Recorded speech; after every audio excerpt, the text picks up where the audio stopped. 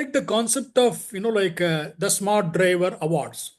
So, Ramesh, actually, when this concept, the first time you kind of spoke to me, I was very interested. Drivers is very close to my heart. And for me, to make the driver himself feel proud of himself is a big task for us in India.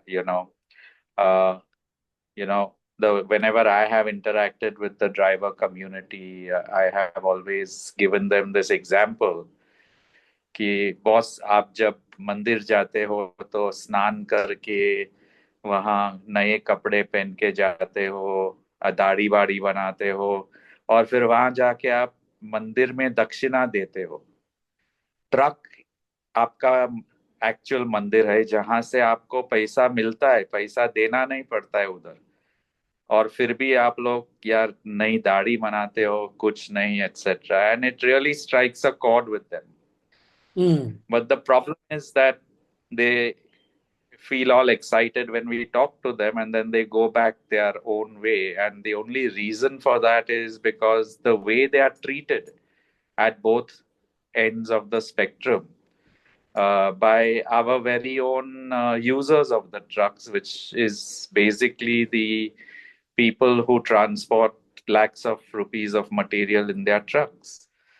So, if we have to bring about a change, it has to be from the origin of the goods, that is, the giver of the goods, the way they deal with the the drivers, uh, the minimum facilities that need to be given to them. That's not being given still. So, I think all in all, at least this kind of an awards program, which has started and is in its third season, uh, will create a buzz amongst not only the driver community, but hopefully as we take it forward and we involve the givers of the goods, we need them to really give this as a message down the line to their people that, certain facilities, certain respect needs to be given to them.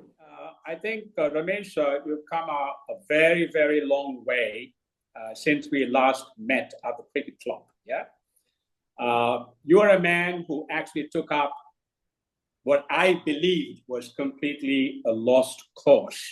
When I say a lost cause, I'm saying there was no advocacy for one of the most critical economic unit of this whole business of logistics is about the commercial truck driver.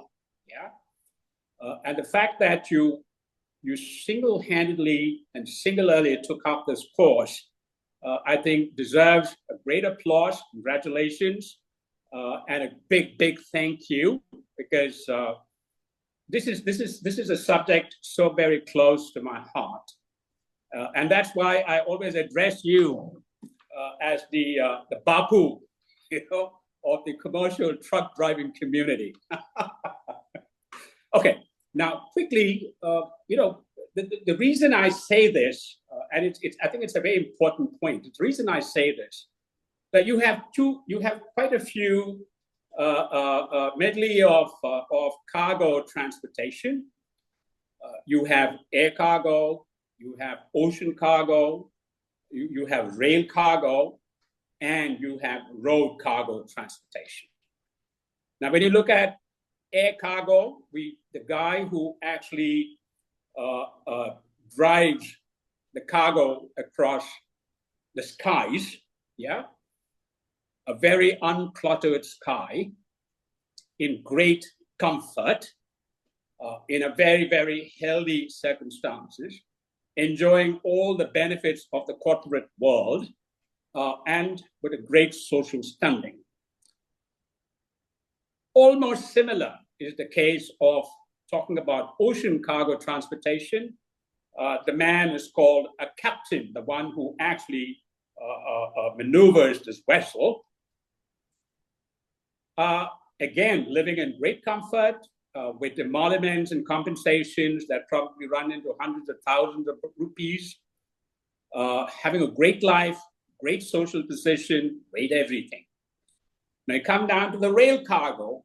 Here again, you have somebody who's called an engine or train driver or an operator, but he's largely protected by the government because the rail or cargo transportation is largely a government-driven proposition, entitled to probably all the benefits that accrues out of a government job. And most important of all these guys have great family life, great social standing, great emoluments, great life, generally speaking. Now, in a country like India, where the percentage in terms of total transportation vis-a-vis air or rail or barges and rivers, whatever else, is probably very, very minuscule. And the most important factor here is road transportation, which actually handles the bulk, almost 90+% of the movement of cargo here. Now, here's a community who's so completely critical that if he were to, or the community to go out of work or a strike or a stoppage of some kind, can actually bring this entire nation to its knees. Yeah. Yet, that said, this man who actually brings goods, consumables to every home, to every household, 140 crore people in this nation. He is obstructed by every possible thing that can possibly one can imagine in a country like ours. He drives on roads which are probably a tad improved now, but that said, yet they are not just the best roads in the world. They are the most cluttered roads in the world. And he operates 24/7. He has no comfort zones. He has no guarantees of a nest egg and an employment somewhere, sometime, when he can retire. I don't think that thought ever would occur to him that he can actually retire, that he actually has a nest egg, that he can actually have a family life.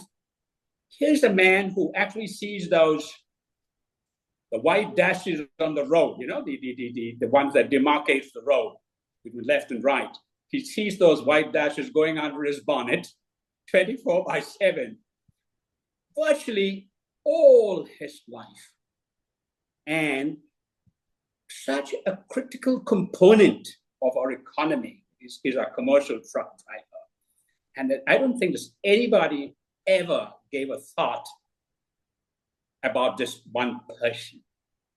And the fact that you took up that course